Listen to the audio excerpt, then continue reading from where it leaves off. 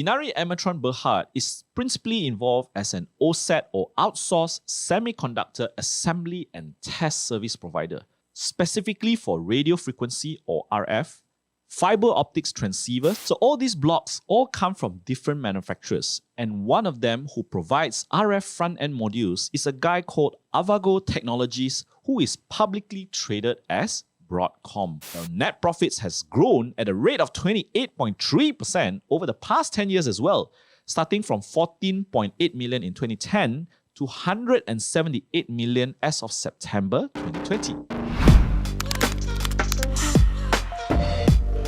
Hi everyone, welcome back to our channel, the best place for long-term stock investors. My name is John, and in this video, you're going to learn about Inari Amertron Berhad, aka Inari, stock code 0166. As usual, we'll be covering the history and management, its business model, what are the latest financial status, as well as the potential risk and reward before you decide to invest.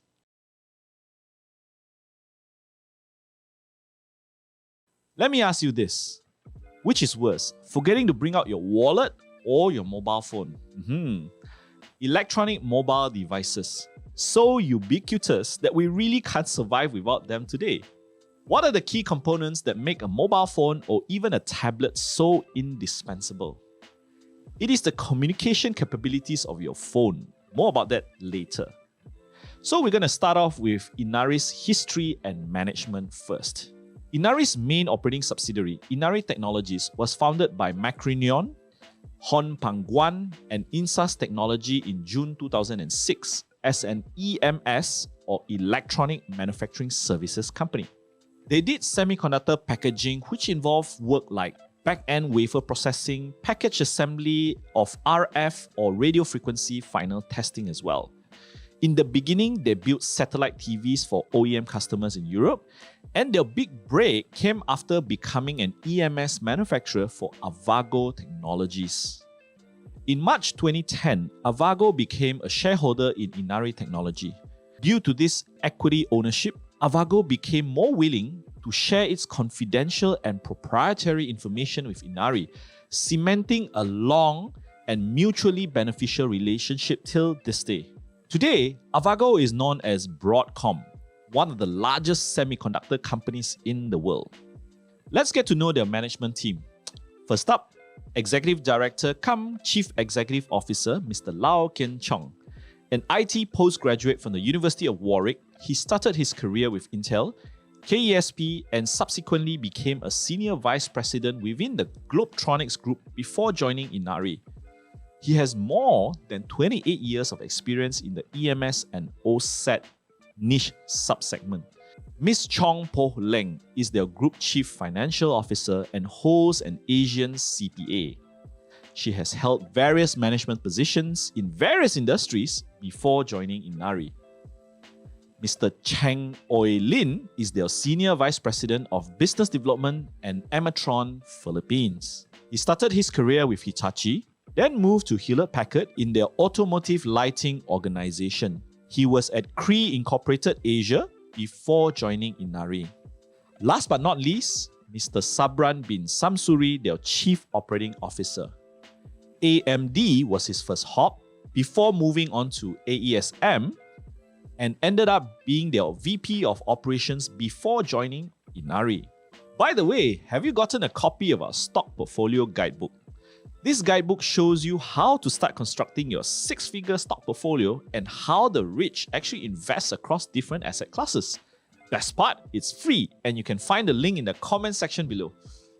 Next up, Inari's business model.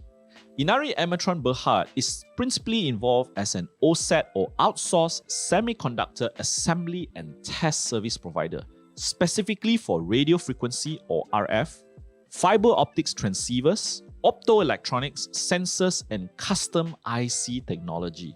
The services they provide to their customers can be divided into a few segments. Among them, wafer processing services like probing, laser marking, die sawing, back grind, flip chip, dice tape and reel, and automated visual inspection. Man, mouthful. The other is IC chip fabrication and wafer certification in the fiber optic chips. Next is the Advanced System in Package or SIP, Assembly and Test Services, including Fine Pitch SMT or Surface Mount Technology. Last but not least, they also provide services like custom sensors of IC package design, as well as direct customer drop shipping. Kind of like your Amazon drop shipping services, I guess. Now, I know that was a lot of semiconductor jargon that I just downloaded, so I'm going to oversimplify them here. You see, consumer electronic products today are manufactured like Lego blocks, with different parts serving different functions. You have a block that processes photographs and images, one block that processes your audio signal, and most importantly, a few blocks that manages your communications such as your Wi-Fi, Bluetooth, and cellular networks, aka your 4G or 5G communication. So all these blocks all come from different manufacturers, and one of them who provides RF front-end modules is a guy called Avago Technologies, who is publicly traded as Broadcom. Now, Broadcom mainly designs these RF front-end chips and outsources the manufacturing and testing to OSAT players like Inari. Think of Inari like your woodworks contractor for your home and Broadcom as the interior designer. The chips that Inari produces for Broadcom then ends up with an EMS contractor like Foxconn to fully assemble all these components into a complete mobile phone like your iPhone 12. As you can see, their business objective is to manufacture and test certain components for their clients at scale and as cost efficiently as possible. If you like what you're seeing so far, do me a favor and smash that like button, and if you're new to our channel, remember to subscribe and hit that notification bell so you know the next videos are out. What about Inari's financials? As a company that is part of the semiconductor value chain, it was not spared from the continuing US and China trade war. Secondly, at the time of this recording, the COVID-19 pandemic has brought many businesses to its knees. Fortunately for Inari, the lockdown that most governments have implemented have increased the demand for online services and electronic products. If you haven't noticed, most electronic products like computers, peripherals, mobile devices are flying off the shelves during the pandemic. For the trailing 12 months ending September 2020, Inari managed to secure a net profit of 178.1 million back on a revenue of 1.09 billion. That means their revenue has grown at a rate of 21.5% over the past 10 years, starting with 154 million in 2010. Their net profits has grown at a rate of 28.3% over the past 10 years as well, starting from 14.8 million in 2010 to 178 million as of September 2020. That means they're approximately doubling their earnings every 2.5 years. Gosh. Their operating cash flow did take a drop to 322 million from 347 million the previous year, as it was a drop in their net profit as well. On the balance sheet side of things, they are in a net cash position as their cash and cash equivalent of 632 million is nearly 3 times that of their total liabilities of 216 million.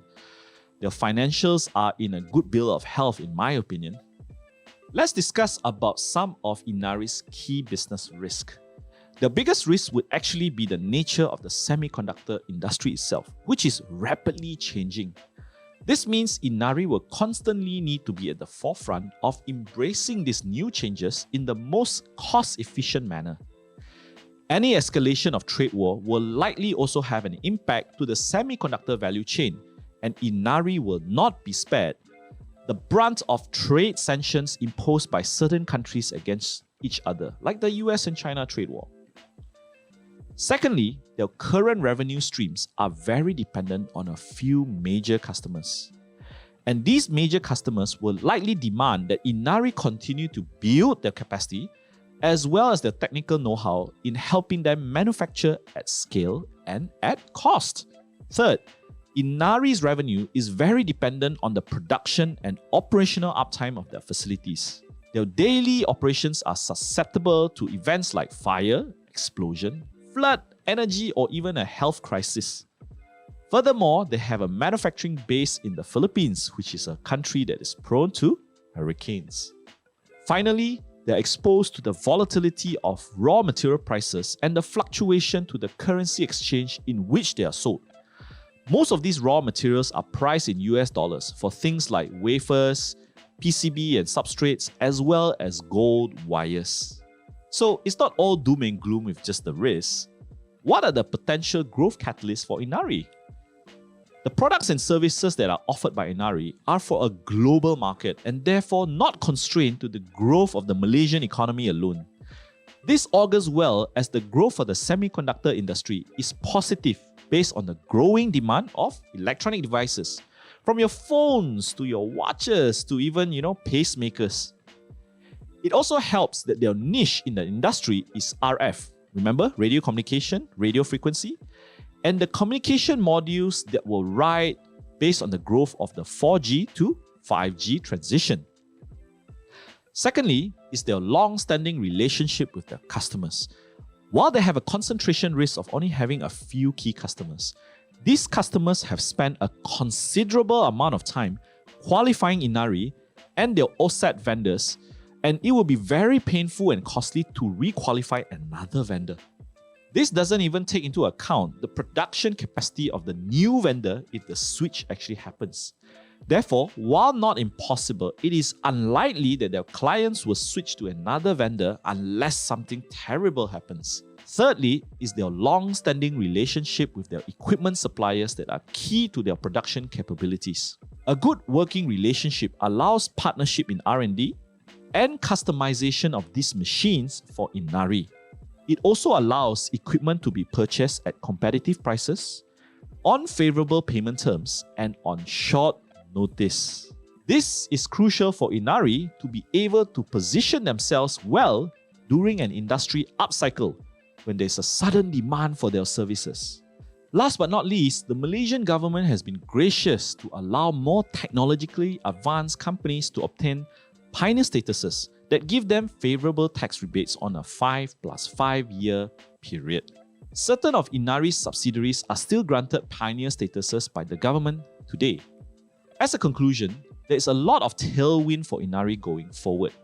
While it may not be smooth sailing, but based on how the company has grown since listing in 2011, they have shown that they have the pedigree to compete in the global market with the other OSAT big boys. Thanks for staying till the end, and do watch some of our other videos on the channel. Follow us on Facebook and Instagram with the links below, and see you in the next video.